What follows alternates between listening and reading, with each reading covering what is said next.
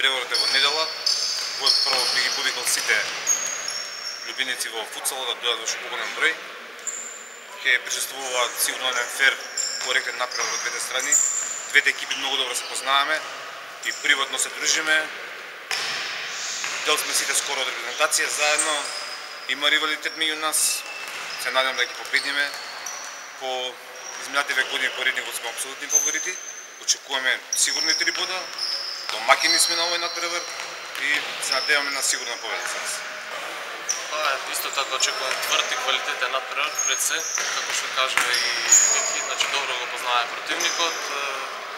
Добар дел од екипите на Железарец и Скопје се дел и од репрезентацијата на Македонија.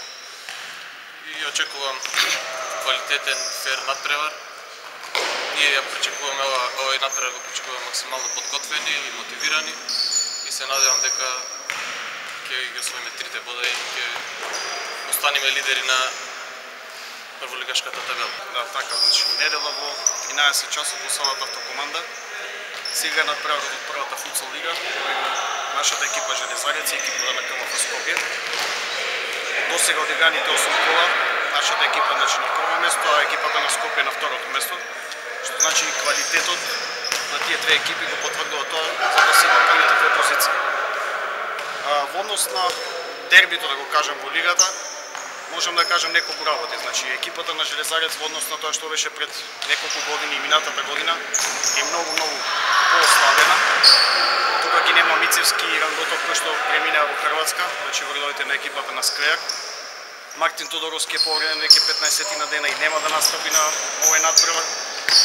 Значи од тоа што некогаш беше Железарец, сега може да видите и сами дека работи со многу помлади играчи, од тој костур поранешен се само 4 играчи.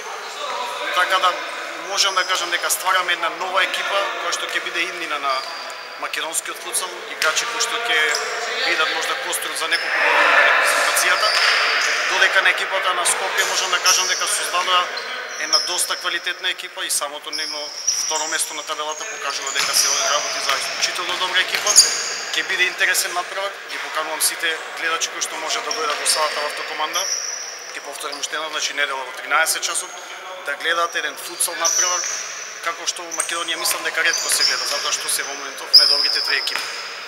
Па не очекува еден од најтешките надпревари. Тие се веќе подолго време прваци, може да се каже 5 години, играат најквалитетен фудбал. Не очекува добра утакмица, се надеваме на добар резултат.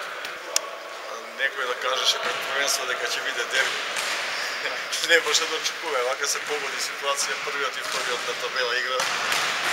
Они се поквалитетна екипа, подолго се заедно, поискусни се. Секој резултат за нас освен пораз бил голем, без разлика.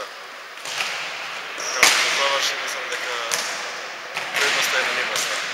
Па пред се во недела очекуваме еден интересен и изедначен надпревар и ние ќе дадеме максимум се од себе за да го победиме шампионот Железарец и на крај нека победи подобриот.